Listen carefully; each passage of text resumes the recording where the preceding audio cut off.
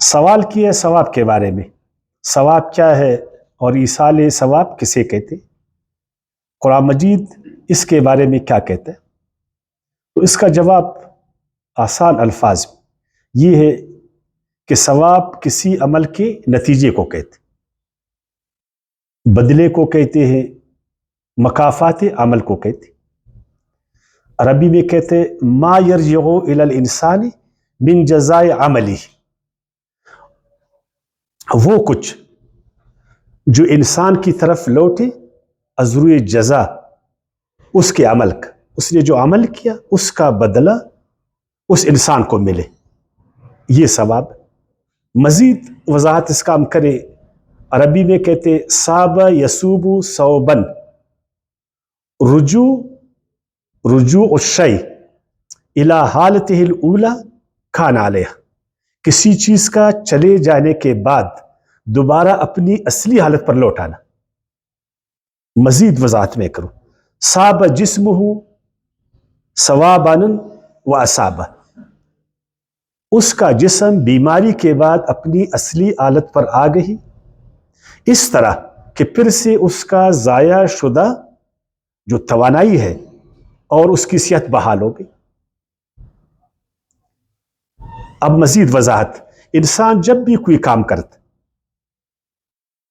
ذہنی یا جسمانی اس پر محنت صرف کرتی، اگر اس کی محنت کا صلہ اس کو جو ملے اس کو عربی میں ثواب کہا جاتا ہے۔ میں نے کوئی کام کیا، محنت میں نے کی، اس کا جو صلہ مجھے ملے گا، خصوصاً زیادہ تر یہ اچائی میں بولا جاتا ہے، اچھے صلے کو، اچھے بدلے کو جو ہے نا ثواب کہا جاتا ہے۔ ویسے ثواب غلط نتیجے کے لیے استعمال ہوتا ہے، مگر عموماً اچھے کاموں کے اچھے نتائج کے حوالے سے استعمال ہوتا ہے۔ ظاہر ہے ابھی ثواب ایک خیالی چیز تو نہیں ہے نا، ایک تصور تو نہیں ہے، بلکہ ایک محسوس چیز ہے۔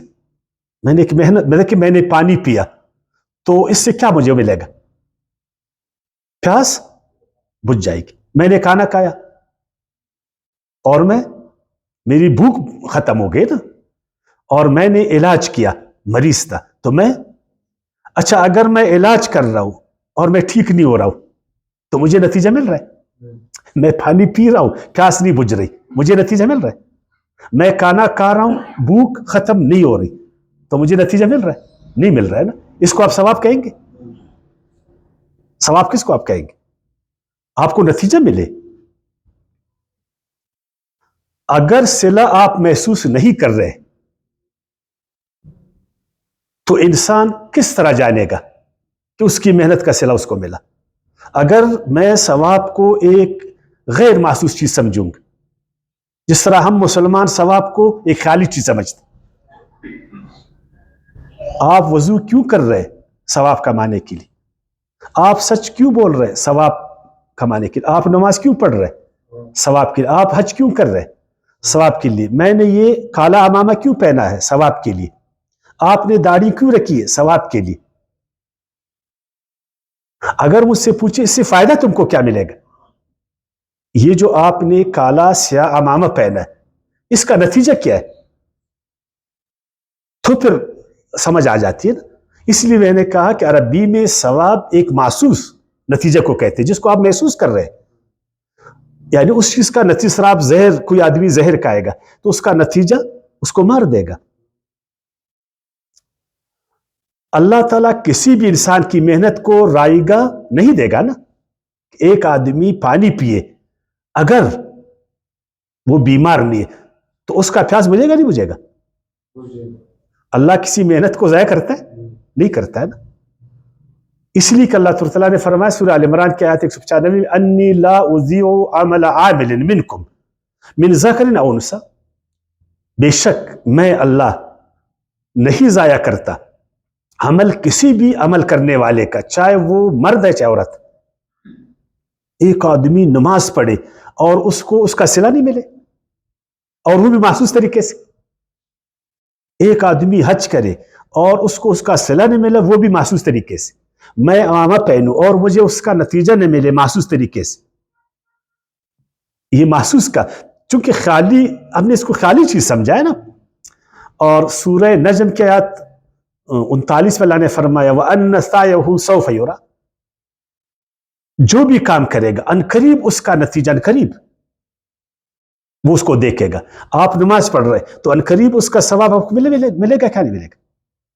میں نماز پڑھ رہا ہوں تو عنقریب اس کا ثواب مجھے ملے گا. یہ ثواب کیا ہے؟ اس عمل کا نتیجہ ہے، اچھا نتیجہ. آپ نے حج کیا تو اس کا نتیجہ آپ کو ملے گا نہیں ملے گا؟ عنقریب ہے. اور ہم ثواب کے بارے میں کیا ایک تصور رکھتے؟ صرف آخرت کے حوالے سے. جو بھی ہم کرتے اس کا صلہ میں کب ملے گا؟ دنیا میں کیوں نہیں ملے گا؟ میں دنیا میں کیوں نہیں ملے گا؟ اللہ تعالیٰ نے فرمایا نا سورۃ الزلزال فَمَن يَعْمَلْ مِثْقَالَ ذَرَّةٍ خَيْرًا يَرَهُ وَمَن يَعْمَلْ مِثْقَالَ ذَرَّةٍ شَرًّا يَرَهُ. ایک ذرہ بھی آپ اچھا کرو گے اس کا نتیجہ آپ دیکھو گے نہیں دیکھو گے؟ آپ اچھا کرو گے نتیجہ اچھا آئے گا، آپ غلط کرو گے. یہ تو قرآن کہتے. اور اللہ تعالیٰ نے فرمایا 92 اس میں سورت نمبر آیات نمبر 31 وَلِلَّهِ مَا فِي السَّمَاوَاتِ وَمَا فِي الْأَرْضِ، اللہ کے لیے جو کچھ آسمان میں زمین میں. لِيَجْزِيَ الَّذِينَ أَسَاءُوا بِمَا عَمِلُوا، یہ اس لیے کہ جو بھی غلط کام کرے گا اللہ اس کو اس کا نتیجہ اس کا بدلہ دے گا. جو بھی غلط کام کرے گا وَيَجْزِيَ الَّذِينَ أَحْسَنُوا بِالْحُسْنَىٰ، اور جو بھی اچھا کرے گا اس کو اس کا. میں نماز پڑھ رہا ہوں ایک اچھا عمل ہے، اس کا نتیجہ مجھے اچھا ملے گا نا. ایک آدمی نماز نہیں پڑھتا تو اس کو اس کا جو نتیجہ غلط ملے گا نا. تو آپ کوئی فرق محسوس کر رہے ہیں ان لوگوں میں جو نماز پڑھ رہے جو نہیں پڑھ رہے؟ نتیجے کے حوالے سے کہتا ہوں.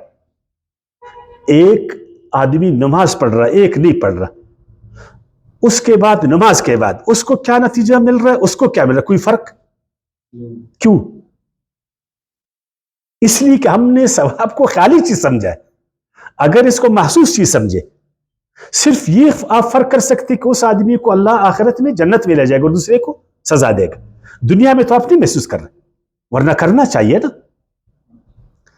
اور ایک اور آیات ہے مشہور سورہ نور کی آیات 55 میں وعد اللہ الذین آمنوا منکم وعملوا الصالحات لیستخلفنہم فی الارض، اللہ کا وعدہ ہے ان لوگوں سے جنہوں نے ایمان لایا تم میں سے اور اچھے کام کیے، ان کو ضرور خلیفہ بنائے گا زمین میں، جس طرح کے پہلے والوں کو خلیفہ بنایا تھا. ہم مسلمان ایمان والے ہیں نا، ہمارے کام اچھے ہیں نا، ہمیں کیوں خلافت نہیں مل رہی زمین؟ دیکھیں ہم اچھے ہیں، ہم مومن ہیں، ہم نے ایمان لایا ہے. باقی تو ایمان والے نہیں ہے، وہ تو غیر مسلم ہے نا. تو ہمیں زمین میں کیوں خلافت نہیں مل رہی؟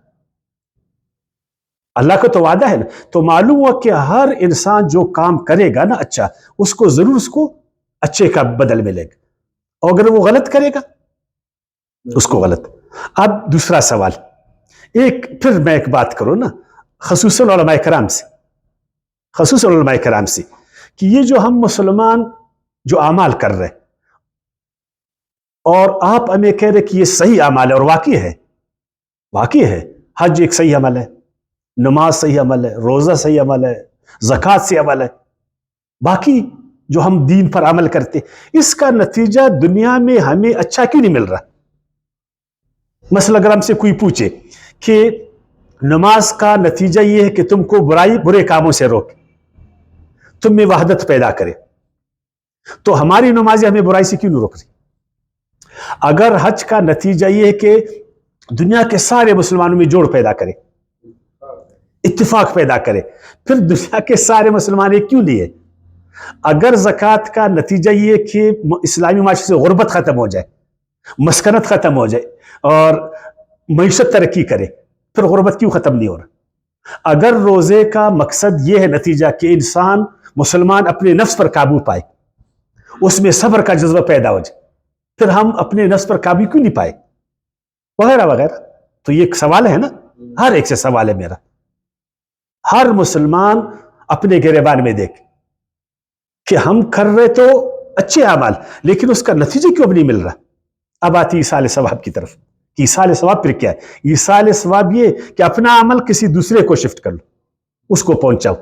یعنی میں نے نماز پڑھی، اس کا ثواب اپنے والد کی طرف، میں نے حج کیا، اس کا ثواب اپنی والدہ کی طرف، یا اپنی والدہ کے لیے میں نے حج کیا، میں نے اپنے والد کے لیے خیر خیرات کیا، میں نے اس کے لیے دعا کی، میں نے اس کے لیے قرآن پڑھا، بہت کچھ. یہ میں نے بخشوایا اپنے والدین کو، اپنے بڑوں کو، دوسرے مسلم، اس کو کہتے ہیں ایصال ثواب. اب اگر ثواب محنت سے ملتی ہے، محنت کا نتیجہ، محنت کس نے کیا؟ میں نے کیا. یعنی میں بیمار تھا، میں نے علاج کیا، میں ٹھیک ہو جاؤں گا یا میرا والد ٹھیک ہو جائے گا؟ اچھا سچ میں بول رہا ہوں تو فائدہ مجھے ملے گا، والد صاحب کو ملے گا. حج میں کر رہا ہوں، فائدہ مجھے ملے گا، والد صاحب کو ملے گا. یہ ایک بہت بڑا نقطہ ہے نا. یعنی غذا میں کھا رہا ہوں تو بھوک کس کا مٹے گا؟ آپ کا. پانی میں پی رہا ہوں، پیاس کس کا مٹے گا؟ صبح وقتی میں سیر کو نکلتا ہوں تو تندرستی اور چستی کس کو ملے گی؟ مجھے ملے گا. اسی لیے اس باب میں ایصال ثواب کے باب میں اختلاف.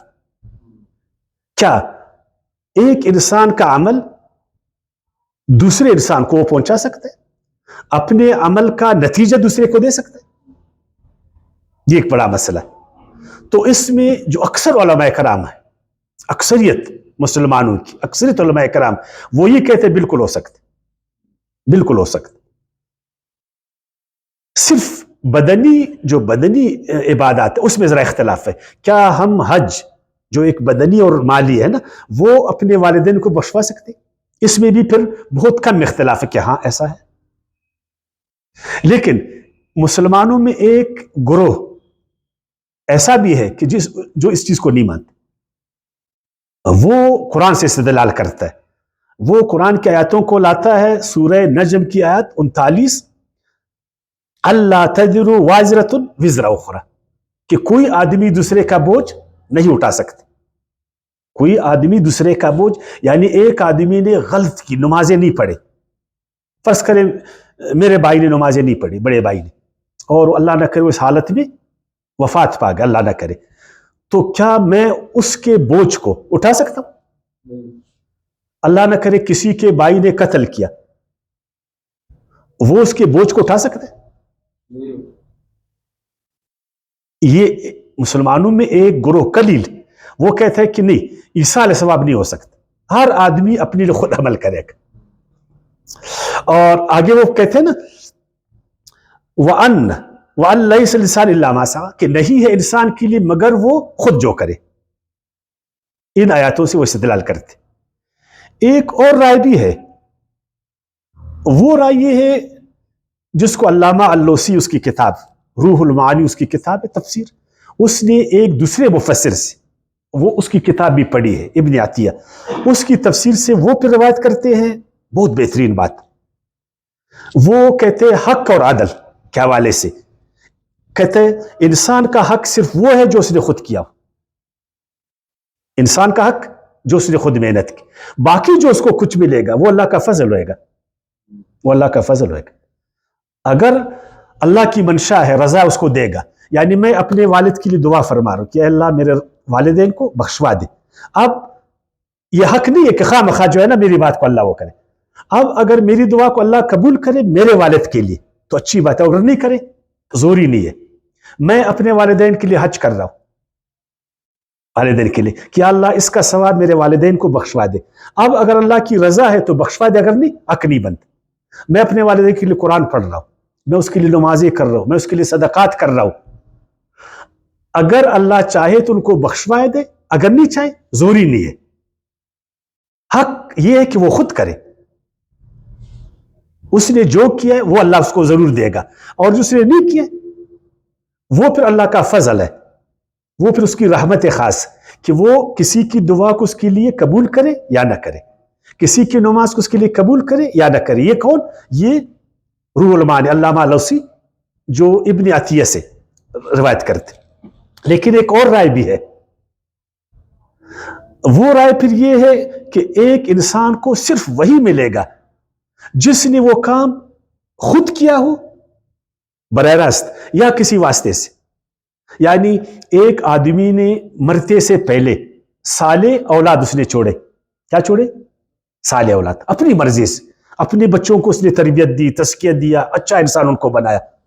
تو اب چونکہ اس میں اس کا حکام تھا، اس نے خود ایسا کیا، تو وہ اولاد اس کا جو ثواب ہوئے گا اس میں سے اس کو بھی ملے گا. اور اس نے رفائی کام کیے تھے، کوئی اسپتال بنایا تھا، کوئی مدرسہ بنایا تھا، کوئی تعلیم گاہ بنایا تھا، کوئی اور اچھا کام کیا تھا، تو اس کو ہمیشہ اس کا ثواب ملے گا، اس لیے کہ اس کام میں اس کا بھی حصہ ہے. تو لہٰذا یہ کچھ آرات جو میں نے آپ لوگوں کے سامنے رکھی. وما علینا الا البلاغ.